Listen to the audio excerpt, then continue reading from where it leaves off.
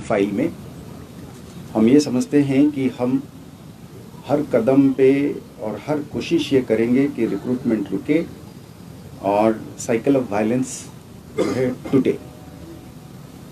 इसमें किसी को दो राय नहीं है कि रिक्रूटमेंट होती है, फिर एक्शन होता है, फिर उसकी एक फॉलआउट होती है और एक फिर उस फॉलआउट से फिर एक साइक्लिकल वायलेंस की एक सिस्टम जो है वो जारी रहता है। इसलिए मैंने कहा कि मैं तो इसको देखता हूँ इस नज़रिए से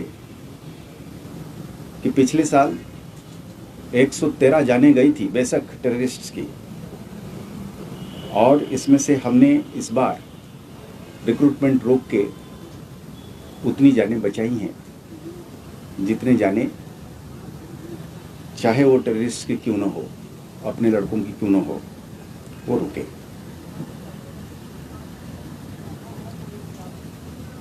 सिविलियन किलिंग्स में पिछले साल 31 सिविलियन की डेथ हुई थी, इस साल घट के वो 14 है टेररिस्ट रिलेटेड किलिंग्स में।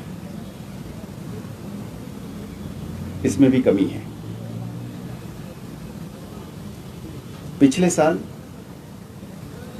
टेरर रिलेटेड क्राइम इंसिडेंट्स जो है वो 125 थी और इस साल घट के 46 है।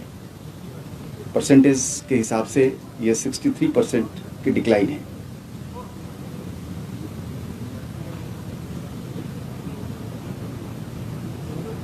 एक स्टैटिस्टिक्स ये है कि एक पीछे देखा जाए तो हर 3 दिन में एक टेरर इंसिडेंट हुआ करता था, अब अभी 9 दिन और 10 दिन में टेरर इंसिडेंट की फ्रीक्वेंसी हो रहा है, तो उसी तरीके से इंसिडेंट्स कम हुए हैं। एक बहुत बड़ा फैक्टर जो हम मानते हैं कि हमारी पुलिसिंग और सिक्योरिटी मेजर्स में है वो ये है हड़ताल कॉल। हम सब लोगों को मालूम है 2021-22 इसमें लगातार हड़ताल call, public disorder, street violence में एक डेफिनाइट ट्रेंड है कम होने की, और पिछले साल ऑलरेडी कम था, इस साल और ज़्यादा कम हो गया है।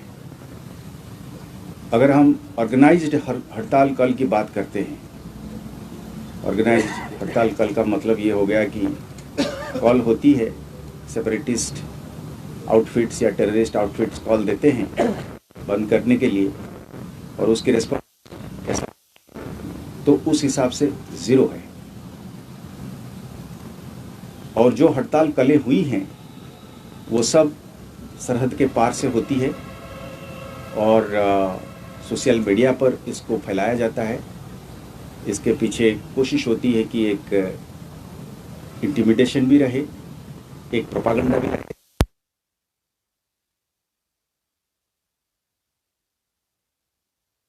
और इसके असर नहीं है। इसमें पुलिसिंग के साथ साथ हम समझते हैं कि कॉमन सिटीजन की रोल बहुत ज़्यादा रही है। एक हिसाब से हम इसको मानते हैं कि कॉमन सिटीजन जो है इसको एंडोर्स किया है। So by way of not responding to the calls and without any application of force from the side of the security establishment, this is in fact a silent endorsement of the silent common man who has voted in favor of peace and order.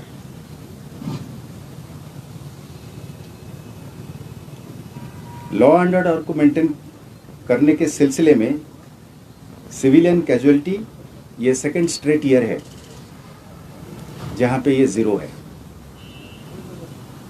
एक भी शख्स का जान नहीं गई है law and order को maintain करते हुए,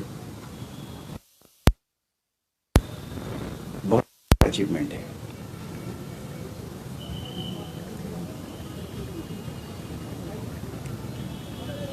हड़ताल काल के साथ साथ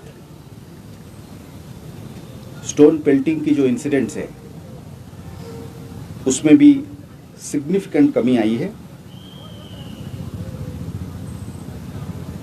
ओवरऑल स्टोन पेल्टिंग की इंसिडेंट्स जो है 50 to 60% की कमी है। और जैसे मैंने कहा था कि organised stone peltings, stray stone pelting of mischievous elements, 4 या 5 लोग मोहल्ले से निकल के 2 पत्थर मारते हैं, उसको हम फिर भी गिनती करते हैं। उसको गिनती करने के बाद हम कहते हैं कि फिर भी जो है वो 60% की कमी है। ऑर्गेनाइज्ड स्टोन पेल्टिंग जो हम सब लोगों को पता है, एक योजनाबद्ध तरीके से एक कॉन्स्पिरेसी के तहत डिसरप्शन करने के लिए, एक मोबिलाइजेशन के तहत जो होता है वो भी जीरो है।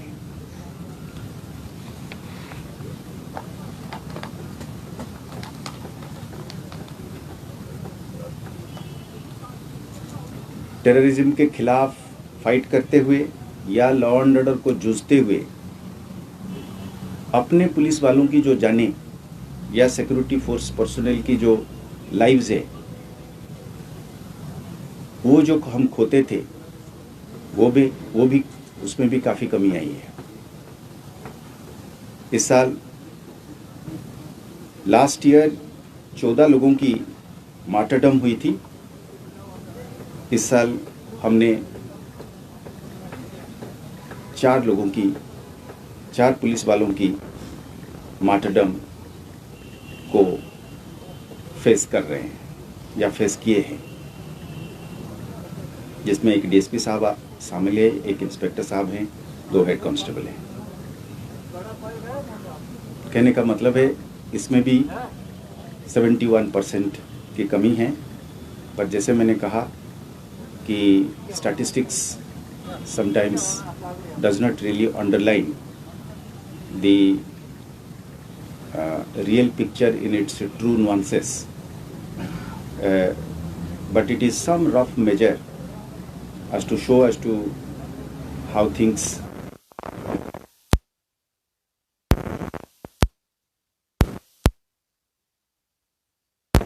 force personnel की मार्टरडम हो। पर एक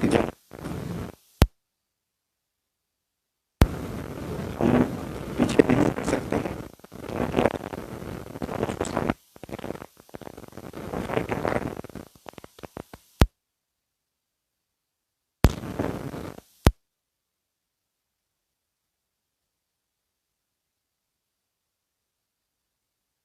भी कमी लाने की कोशिश करेंगे, जाने उधर हो जाने इधर हो। जैसे मैंने शुरुआत में कहा था, हर life, her limb is precious to us.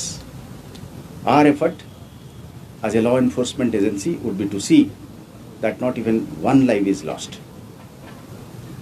In this connection, this decline is something which we would like to improve upon in 2024.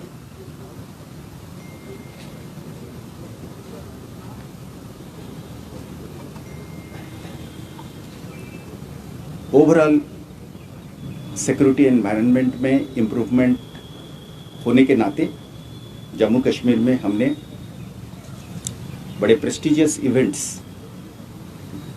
पिछले साल कंडक्ट किए हैं, जिसमें से national conference on legal services जो श्रीनगर में हुई 3 दिन तक, कंट्री से, सुप्रीम कोर्ट से और ऑनरेबल हाई कोर्ट से, ऑनरेबल सुप्रीम कोर्ट से चीफ जस्टिस और बहुत सीनियर जस्टिस साहिबान इसमें पार्टिसिपेट किए थे। हम लोगों को पता है कि T20 की मीट ओरिजिन नगर में सक्सेसफुली कंडक्ट किया गया था। श्री अमरनाथ यात्रा, जिसमें 4.5 लाख पिलग्रिम्स विजिट किए थे, उसको भी सुचारू रूप से निभाया गया। 34 साल के बाद जो 8वीं मुहर्रम होता है दिन, हमने ऑर्गेनाइज कराने में कामयाब हुए, जिसमें ब्रदर्स हैं, भाई हैं, उनकी रिलीजियस इवेंट को हमने ऑर्गेनाइज करने में सफल हुए। 40,000 के करीब लोग इसमें पार्टिसिपेट किए। ये करीब 6-7 घंटे तक चला। मैं ये भी कहना चाहूँगा, political party, national political parties भी अपने बड़े कार्यक्रम जैसे भारत जोड़ो यात्रा, वो भी J&K पुलिस ने बाकी CAPF के सहायता से, खासकर CRPF की सहायता से, और बाकी CF भी इसमें शामिल थे, उसको भी कंडक्ट किया विदाउट एनी अनटूवर्ड इंसिडेंट।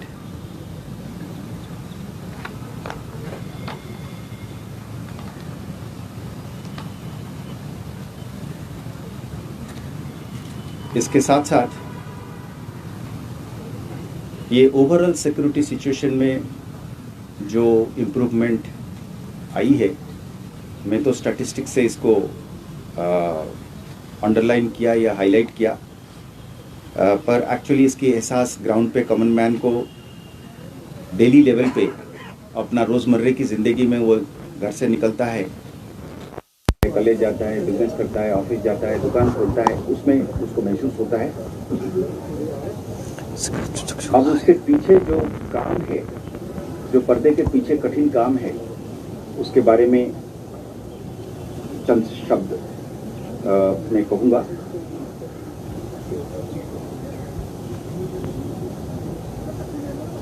ये कठिन काम इसलिए है कि हम हमेशा ये कहते आए हैं कि सोसाइटी की एक लार्जर सेक्शन को, एक बड़ा सेक्शन को, चंद भर लोगों के लिए, मुट्ठी भर लोगों के लिए हम उनको उनके हवाले नहीं कर सकते, उनकी a couple of criminal elements, be it part of terrorist or separatist networks, or be it part of any other organized crime, we cannot leave the rest of the society to their whims and fancies. And it is in that connection, the action against such elements becomes inevitable, and that is the hard part of the work. उसमें हमने